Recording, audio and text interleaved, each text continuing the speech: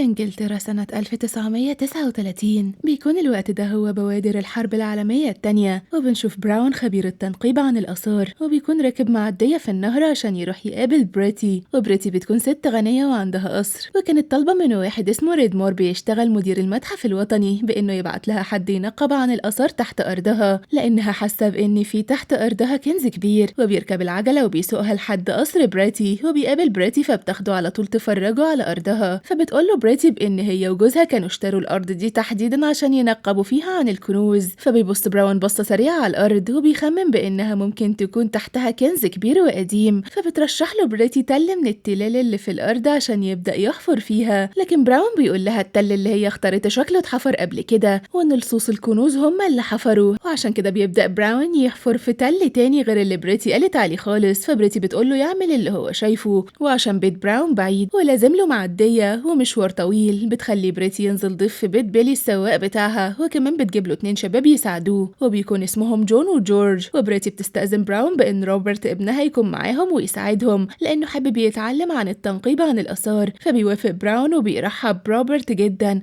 وبيبدأ براون يحفر في التل، واللي قال لبريتي بإنه متأكد إن الكنز تحته، وبيتجاهل التل اللي بريتي حاسة بإن المفروض يبدأ يحفر منه، لكنها ما بتعترضش وبتسيبه يحفر في المكان اللي هو شايفه مناسب. وتاني يوم بيكون براون اكتشف لوح خشبي وهو بيحفر، فبيحس إنه ممكن يكون دليل على وجود كنز كبير، فبيبعت روبرت عشان ينادي مامته من القصر ويوريها الاكتشاف ده. فعلى طول بتروح بريتي الأرض لبراون وبيوريها اللوح الخشبي اللي هو لقاه وهو بيحفر، وفي نفس الوقت بيكون ريدمور مدير المتحف جاي لهم الأرض هو كمان، وبيكون مع واحد اسمه ماينرد، وماينرد ده هو الأمين الجديد للمتحف الوطني، لأنهم كانوا اتصلوا ببريتي وطلبوا منها يحضروا أعمال بداية الحفر والتنقيب. فبينزل ماينرد الحفرة وبيشيل اللوحة الخشبية وبيشيلوا مع براون بحذر، لكن اللوح بيتكسر منهم، فبيتخنق براون لأنه اتحرج قدامهم عشان حسسهم بإنه لقى حاجة مهمة وفي الآخر اتكسرت، فبيمشي وبيسيبهم وبيروح يقف لوحده وبيفكر هيحفر فين تاني. وبيكون هدف حضور ريدمور وماينرد الأساسي لبريتي هو إنهم عاوزين ياخدوا منها براون عشان عندهم موقع تنقيب روماني مهم جدا وعاوزينه معاهم يساعدهم في التنقيب والحفر، لكن بريتي بتكون محتاجة هي كمان، لكن بتقول لريدمور وماينرد بإنه لو براون موافق يروح معاهم فهو حر. ولما بيرجع لهم براون بيعرف من ريدمور بإنهم عايزينه معاهم لكنه بيرفض وبيصمم يكمل حفر في أرض بريتي. وبيمر كام يوم وبيكون براون حفر فيهم حفرة كبيرة شوية، وفي يوم بتكون معاه بريتي وبتسأله إن كان ممكن وهم بيحفروا يلاقوا مقابر وجثث ميتين، فبيقول لها ممكن جدا، لكن وقتها لازم يبلغوا وزارة الأشغال عشان الحكومة هتعتبر إنهم نبشوا في القبور لو ما بلغوش، حتى لو كانت القبور دي قديمة وأثرية. وأثناء ما بيتكلم معاها بيدخل براون الحفرة بيكمل حفر، فالتراب كله بيقع عليه وبيردمه وبيدفن تحت الأرض. فعلى طول بريتي بتنادي على جون وجورج وكمان بتنادي على اللي شغالين عندها في القصر، وده عشان يخرجوا براون من التراب بسرعة وينقذوه. وفعلا كلهم بيجروا وبيحفروا في الأرض وبيقدروا إنهم يخرجوا براون، فبتشربوا بريتي مية عشان يخرج التراب اللي بلعوه. لكن الغريب إن بعدها براون بيكون متحمس جدا للحفر تاني لدرجة إنه بيرفض يرتاح شوية بعد ما التراب وقع عليه. وبيقول براون لبريتي بإنه هو لما كان مدفون تحت الأرض فكر في كلام جده ليه زمان، وجده كان دايما يكلمه زمان عن أنواع التربة، وعشان كده بيقول لها براون بإنها اختارت التل المناسب للحفر، وإن هي كان معاها حق حتى لو مختاره بإحساسها، لأن كل التلال اللي هنا دائرية لكن التل اللي بريتي اختارته بيكون شكله بيضاوي، فعشان كده بيقرر براون يحفر في التل اللي بريتي اختارته من الأول خالص. وتاني يوم بيكتشف براون مقدمة سفينة قديمة جدا مدفونة تحت التل، فبيقول لبريتي عشان تيجي تشوفها، فبتفرح بريتي جدا هي وابنها بالاكتشاف ده. وبيخمن براون بإن السفينة دي سفينة ملك قديم أو محارب وجنوده هم اللي سحبوها من النهر لحد هنا ودفنوها في الأرض دي، فأكيد هتكون السفينة دي مليانة كنوز. وطبعا ريدمور بيسمع بعدها عن اكتشاف براون، فبيعرض ريدمور على بريتي بإن المتحف الوطني يتولى مسؤولية تكملة الحفر، فبتضطر بريتي إنها توافق على العرض ده، وعشان كده بتبعت لواحد قريبها اسمه روري عشان يجي يساعدها. وفي يوم بتيجي ماي مرات براون تزوره في بيت بيلي السواق، وبتعرف ماي بإنه ما قراش ولا جواب من جواباتها، خصوصا الجواب الأخير واللي كانت كاتباله فيه بإنها جاية تزوره هنا وتطمن عليه. فبراون بيعتذر لها إنه ما قراش الجوابات لأنه كان مشغول جدا في الحفر والتنقيب، وبياخد براون مراته ماي وبيفرجها على الاكتشاف اللي لقاه، وهناك بتنصحه ماي بإنه لازم يضمن حقه في الاكتشاف ده، سواء كان حقه من بريتي صاحبة الأرض أو حقه من المتحف الوطني، ولا طبعا هينسبوا الاكتشاف ده ليهم وياكلوا حق براون. لكن براون بيفهمها بإن بريتي ست محترمة وأكيد هتقدر تعبه وتكافئه. وبالليل بتسيب ماي جوزها يكمل شغله وبتسلم عليه عشان تلحق تروح البيت. وأثناء ما هو نايم بالليل بيقوم براون من النوم مخضوض لأنه بيسمع صوت المطر والرعد، فبيجري براون بسرعة على الأرض عشان يغطي الحفرة اللي فيها السفينة الأثرية لأن المطر هيبوظها أكيد. وهناك بيقابل قريب بريتي واللي اسمه روري، وبيكون روري لسه واصل بعد ما بريتي كلمته وقالت له يجي عشان يساعدها. فبيغطي روري وبراون الحفرة والسفينة بعد ما تعرفوا على بعض. وتاني يوم الصبح بتروح بريتي لندن للدكتور عشان تكشف، وده لأن كان عندها روماتيزم في القلب لما كانت طفلة، وبدأت الأيام دي تحس بإن قلبها تعبها زي زمان. لكن بعد ما بيكشف عليها الدكتور وبيعمل لها التحاليل الضرورية بيصدمها بإن الروماتيزم قتلة في صمامات القلب وبقى ملهاش أي علاج، واحتمال كبير إنها ما تعيش كتير. فبتنزل بريتي من عنده وهي مصدومة وحزينة وبترجع تاني على بيتها. وأول ما بترجع بريتي البيت بتتفاجئ بإن ريدمور وماينرد بتوع المتحف جايين لها، وبيكون معاهم عالم آثار اسمه فيليبس عشان فيليبس هو اللي هيشرف على الاكتشاف. وبيدي فيليبس أوامره على طول لبراون وبيقوله إنه شغال دلوقتي تحت إشرافه وإن هو مش من حقه يلمس أي جزء من الحفريات إلا بإذن فيليبس شخصيا. فبيتضايق هنا براون وبيقوله بإنه كان شغال هنا تحت أمر السيدة بريتي مش تحت أمره هو. وبيروح براون لبريتي عشان يشتكي لها، لكن بتقوله بإنهم أرغموها على إن المتحف الوطني يشرف على الاكتشاف ده لأن ده أمر من وزارة الأشغال. فبيغضب براون وبيلم حاجته وبيمشي عشان يرجع لبيته. فبيتضايق فيليبس لأنه محتاج براون يكمل الحفر. فروبرت لما بيعرف بإن براون مشي بياخد العجلة بتاعته وبيروح القرية اللي ساكن فيها براون وبيسأل هناك على بيته عشان يترجاه يرجع معاه تاني. وبيتفاجئ براون من مراته ماي بتقوله إنه هو كان غلطان عشان مشي وساب الحفر وإن هو كان لازم يكمل رسالته وهدفه عشان الأجيال الجديدة تعرف تاريخها كويس. وبتقوله كلمتين يحمسوه عشان يرجع للحفر. وهنا بيلاقوا روبرت معدي قدامهم وهو بيدور على براون. فبراون بينادي عليه وبياخده هو وماي للبيت عشان يضيفوه. وبيتصل براون ببريتي عشان يطمنها بإن روبرت عندهم. فبتروح بريتي وروري قريبها البيت براون عشان روبرت يرجع معاهم. وهناك بيقول براون لبريتي بإنه هيرجع للشغل تاني في أرضها. فبتفرح بريتي جدا بالخبر ده وفعلا بيرجع براون لشغل الحفر تاني. وبنشوف فيليبس عالم الآثار وهو جايب اتنين لسه متجوزين وكانوا بيقضوا شهر العسل وقطعوا أجازتهم عشان ييجوا يساعدوه في الحفر. وبيكون الزوجين دول اسمهم ستيوارد ومراته بيجوت واللي بيكونوا برضو دارسين آثار. لكن فيليبس مش بيختارهم عشان دارسين آثار لكنه اختارهم عشان هم رفيعين ووزنهم خفيف عشان يحفروا فوق السفينة من غير ما يكسروا أي جزء منها، وده لأن هم لو وزنهم تقيل هيبوظوا الاكتشاف كله. فبيبدأوا شغل كلهم وبتكون بريتي كل يوم قاعدة قدامهم على الكرسي وده عشان تتابع الشغل. وروري بيفضل يصور المنقبين وهم شغالين عشان يوثق بالصور كل النتائج المهمة اللي بيوصلوا لها وداخل عملية الحفر والتنقيب. وفي يوم وأثناء ما هم بيحفروا بتلاقي بيجت قطع ذهبية صغيرة فبيكملوا حفر على خفيف وبيلاقوا الكنز الكبير اللي كلهم حلموا بيه. وبيكون كل قطعة ذهبية بيرجع تاريخها للقرن السادس الميلادي. وبيبدأ فيليبس يخلي الناس اللي معاه يجمعوا كل القطع الأثرية اللي لقوها عشان يودوها للمتحف في لندن. لكن بريتي بتعترض لأن الحرب قربت وفي احتمال كبير إن الطيران الألماني يقصف إنجلترا وأكيد المتاحف في إنجلترا عاملة حسابها للقصف الجوي ده. فعشان كده خبوا كل التحف والآثار اللي في المتاحف. فطبعا الكنز اللي لقوه ده مش هينفع يتحط في المتحف. فعشان كده بتقرر بريتي بما إن هي صاحبة الأرض بإن القطع الذهبية دي هتتشال عندها في البيت. وفي يوم بيشوفوا طيارة إنجليزية مضروبة في الجو وبتقع الطيارة دي في النهر جنبهم. فعلى طول بيجري روري وبينط في النهر وبيطلع الطيار من المية لكنه للأسف بيكون مات. فبيزعلوا كلهم عليه جدا. وبعد كام يوم بتكسب بريتي عن طريق حكم محكمة حقها بالاحتفاظ بالكنز كله لأنهم لقوه تحت الأرض بتاعتها. فبتعمل بريتي حفلة كبيرة في القصر بتاعها بالمناسبة دي وبتعزم فيها كل حبايبها وأصدقائها. وبتقول بريتي كلمة للحضور وهي فرحانة وبتنسب فضل الاكتشاف ده كله لبراون. فهنا بيحاول فيليبس من ناحية ومن الناحية التانية ريدمور بيحاولوا إنهم يقنعوا براون يتوسط لهم عند بريتي عشان تتبرع بالكنز ده للمتحف. وفعلا ده اللي بيحصل بعدين لأن بريتي بتقرر تهدي المتحف الوطني في لندن الكنز كله عشان كل الناس تتفرج عليه لأنها حست بعد كده بإنه مش من حقها لوحدها وإنه من حق كل الناس. فبيغطي براون وزمايله الحفريات بفروع الأشجار والورق وفوقيهم التراب عشان يحافظوا على الحفريات اللي حفروها لحد ما الحرب تخلص. وبنعرف بعدها بإن طول سنين الحرب الستة كان الكنز كله مستخبي في محطة أنفاق مترو لندن لحد آخر يوم في الحرب. وبنعرف كمان بإنه اتعرض في المتحف للجمهور بعد موت بريتي ب9 سنين وبيتحط اسم براون جنب اسم بريتي في المتحف لأن هم اللي مكتشفين الكنز ده. وبس كده بيخلص الفيلم.